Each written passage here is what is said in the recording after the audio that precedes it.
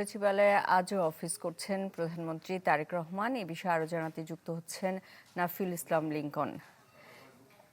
Lincoln, খুব বেশি দিন হয়নি, কিন্তু সচিবালয়েই প্রধানমন্ত্রী বেশিরভাগটা সময় অফিস করছেন। এটা কি কোনো ব্যতিক্রম কিনা, আর আজকের কার্যসূচিতে কি কি আছে জানাবেন? সুস্মিতা, আজও গত কয়েকদিনের মতো প্রধানমন্ত্রী তারেক রহমান সকাল ৯টার কিছু সময় পরই সচিবালয়ে এসে উপস্থিত হয়েছেন এবং এটি যদিও প্রধানমন্ত্রীর কার্যালয় তেজগাঁও যেটি রয়েছে সেখানে তার অফিস করার কথা, কিন্তু যেহেতু নতুন সরকার সব মন্ত্রণালয়গুলোকে তাদের সরকারের অর্থাৎ বিএনপি সরকারের যে অগ্রাধিকারগুলো সব মন্ত্রণালয়কে পৌঁছে দেয় এবং সব দপ্তরের সঙ্গে একটি সুষম সম্পর্ক সহ প্রশাসনে গতি ফেরানোর জন্যই কিন্তু প্রধানমন্ত্রী প্রতিদিন খুব সকালেই অর্থাৎ সকাল ৯টার কিছু সময় পরে আজও তিনি সচিবালয়ে এসে উপস্থিত হয়েছেন এবং বরাবরের মতো অফিস করছেন।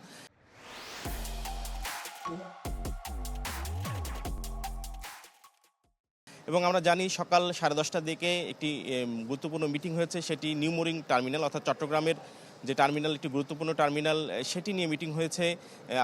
আমরা দেখেছি যে সেই মিটিং শেষে রবিউল আলম অর্থাৎ নৌ পরিবহন মন্ত্রণালয়, সড়ক পরিবহন মন্ত্রণালয়, মোট যে 3টি মন্ত্রণালয়ের দায়িত্ব রয়েছেন তিনি বের হয়ে এসেছেন, কিন্তু তেমন কোনো কথা বলেননি। তবে আমরা জানতে পেরেছি যে গত 15টি বছর অর্থাৎ আওয়ামী লীগ সরকারের সময়ে নিউ মোরিং টার্মিনাল একটি বেসরকারি প্রতিষ্ঠান পরিচালনা করেছে এবং তত্ত্বাবধায়ক সরকারের সময় সেটি বিদেশি কোনো প্রতিষ্ঠানকে দেয়া যায় কি না এটার গতি বাড়াতে বা কাজের সক্ষমতা বাড়াতে, সেই প্রক্রিয়ায় কিন্তু একটি আইনি বাধা ছিল। যদিও সেই আইনি বাধা এখন আর নেই, এখন যে কোনো প্রতিষ্ঠানকেই এই কাজের সুযোগ দেওয়া যাবে।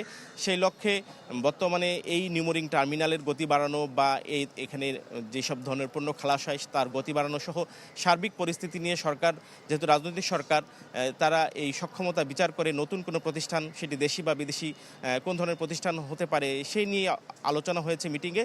যদিও এই সংশ্লিষ্ট মন্ত্রণালয় কোনো কথা বলেননি, আমরা জানার চেষ্টা করব পরবর্তীতে। এছাড়া সচিবালয় বা প্রধানমন্ত্রী দপ্তরে তারেক রহমানের আরেকটি মিটিং রয়েছে, সেটি হচ্ছে ফ্যামিলি কার্ড নিয়ে। আমরা জানি যে 13টি উপজেলায় প্রাথমিকভাবে আগামী 10 মার্চ এই পাইলটিং প্রকল্পে 2টি উপজেলায় পাইলট প্রকল্প হিসাবে কিন্তু ফ্যামিলি কার্ড দেওয়া হবে।